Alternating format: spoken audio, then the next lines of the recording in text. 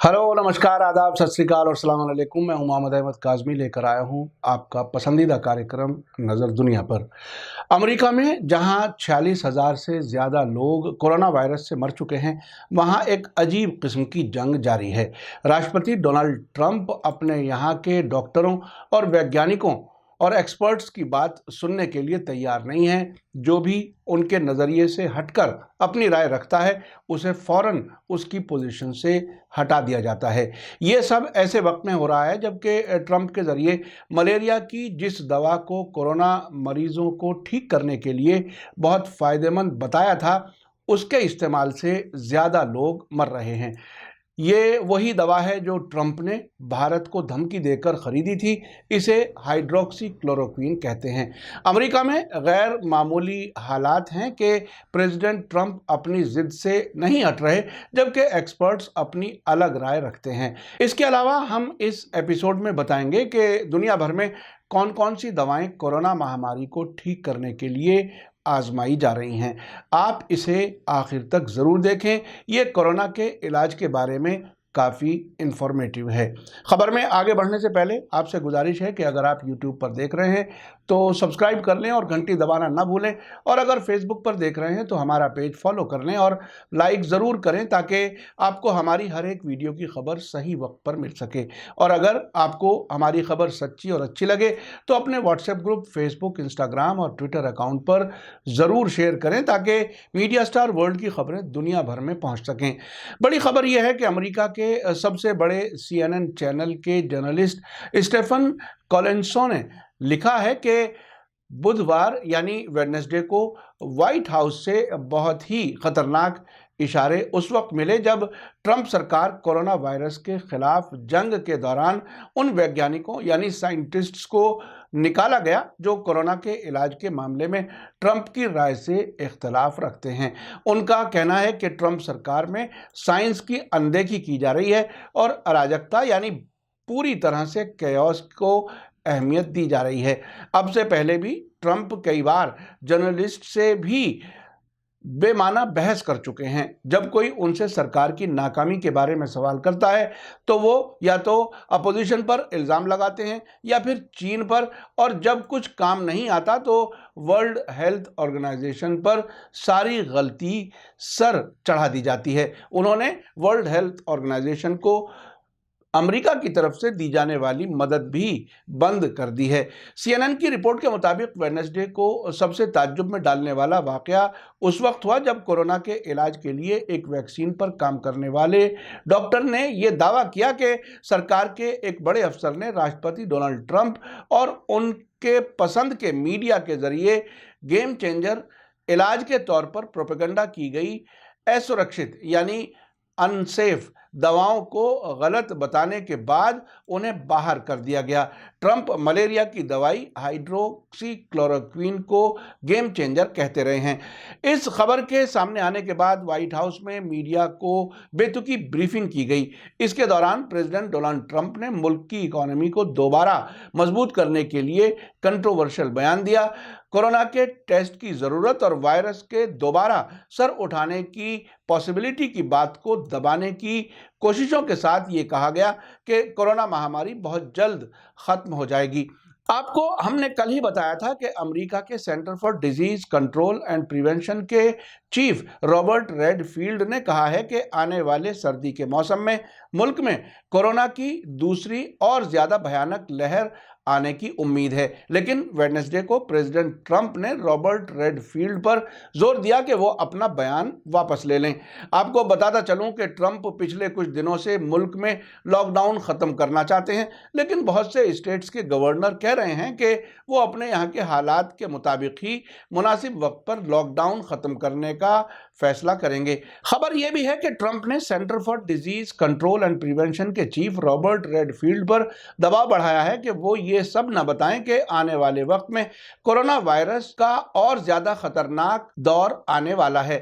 Trump ने अपनी media briefing में दावा किया कि रेडफील्ड के बयान को मीडिया के जरिए तोड़ मरोड़ कर पेश किया गया है, लेकिन जब जर्नलिस्ट्स ने रेडफील्ड से पूछा तो उन्होंने साफ तौर पर कहा कि उन्होंने हकीकत में कमेंट किया था, जिससे ट्रंप नाराज हैं। उन्होंने कहा कि मैंने वॉशिंगटन पोस्ट में साफ तौर पर बताया है। उन्होंने ये माना क्योंकि ट्रंप ने कहा था कि हेडलाइन गलत है।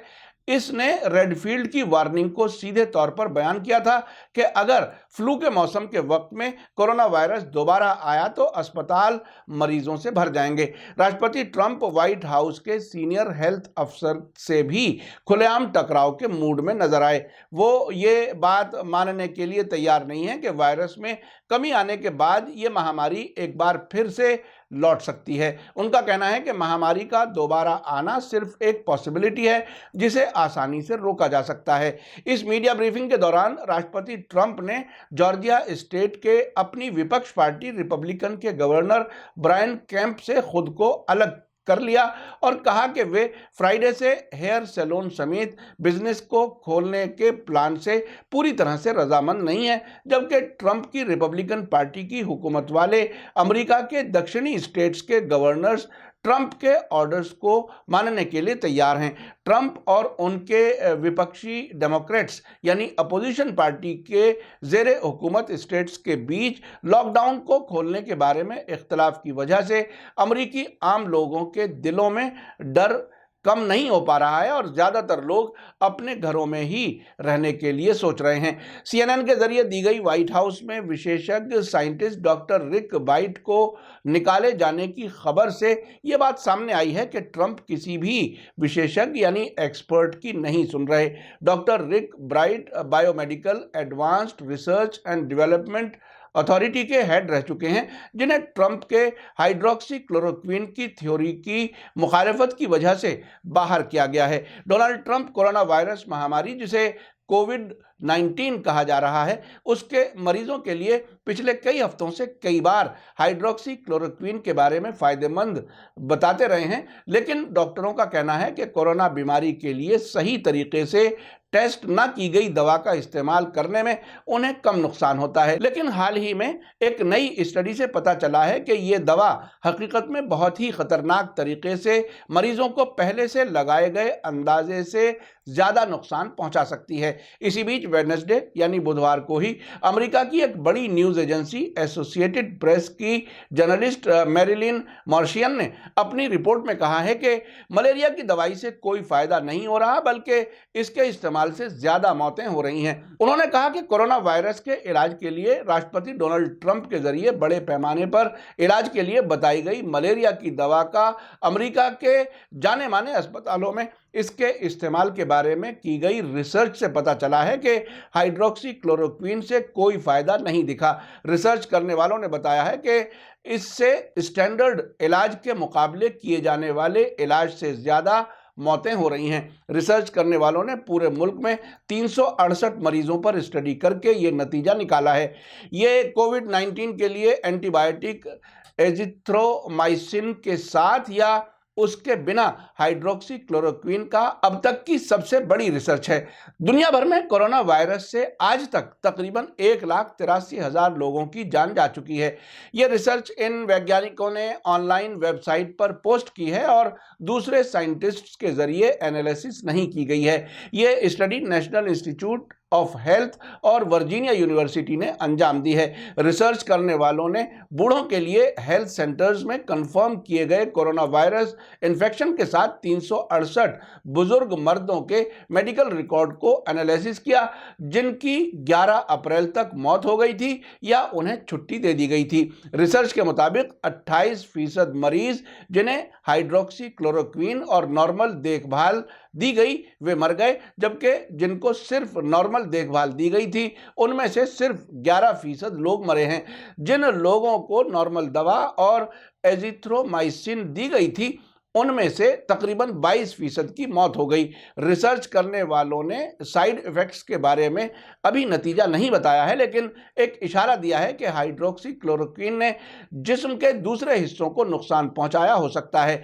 इस दवा को लंबे वक्त तक इस्तेमाल करने से बहुत बुरे नुकसान के लिए जाना जाता है, जिसमें दिल की धड़कन को इस तरह से अचानक बदलना शामिल है जिससे मौत हो सकती है। इसी बीच बीबीसी के हेल्थ जर्नलिस्ट जेम्स गैलाघर ने रिपोर्ट दी है कि अब तक कोई ऐसी दवा नहीं है जो डॉक्टरों को कोरोना का इलाज करने में मददगार साबित हो रही हो। अब तक दुनिया भर में 150 से ज़्यादा अलग अलग दवाइयों को लेकर रिसर्च हो चुकी है।